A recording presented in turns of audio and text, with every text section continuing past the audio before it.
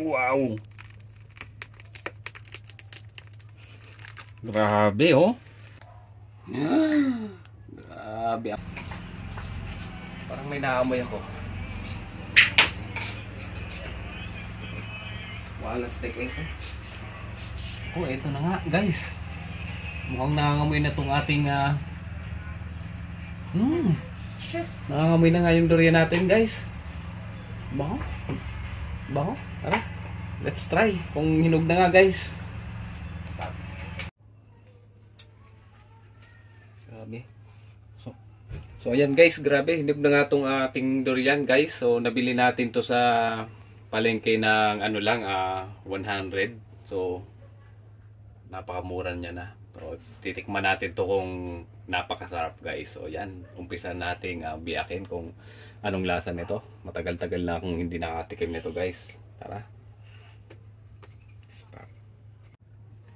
So yan guys, so kailangan natin ng basahan para hindi tayo mahirapan na maghiwa nito. So first time natin magbubukas nitong durian, pero sa nakikita ko dito daw yung umpisa. Ayan. So subukan natin guys. Yan, ginaganong-ganon lang yata to.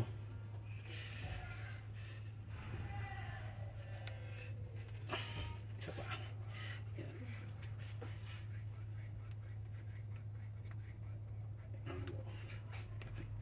Yun. Yun. Ayan guys oh. Wow. Ayan na, nakikita ko na. So, check nga natin kung mabubukas na natin to. Ayan. Wow. Wow, ayan na nga guys. Kailangan mo ng malaking pwersa. Grabe oh. Ayan oh. Grabe. Grabe. Sobrang bango. Actually yung durian, pag nasa malayo, mabaho siya. Pero pag nilapitan mo, yung amoy niya oh. Grabe.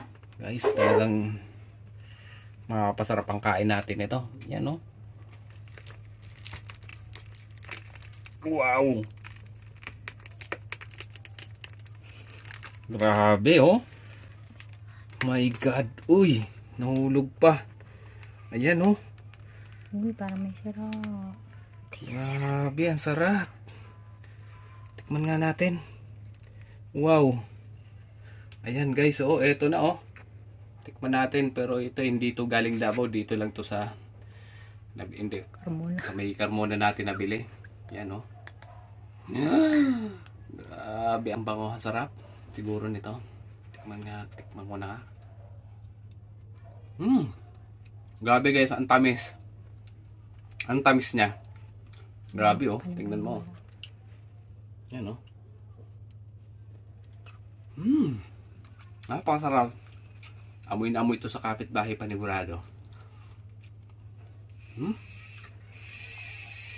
Hinog na talaga.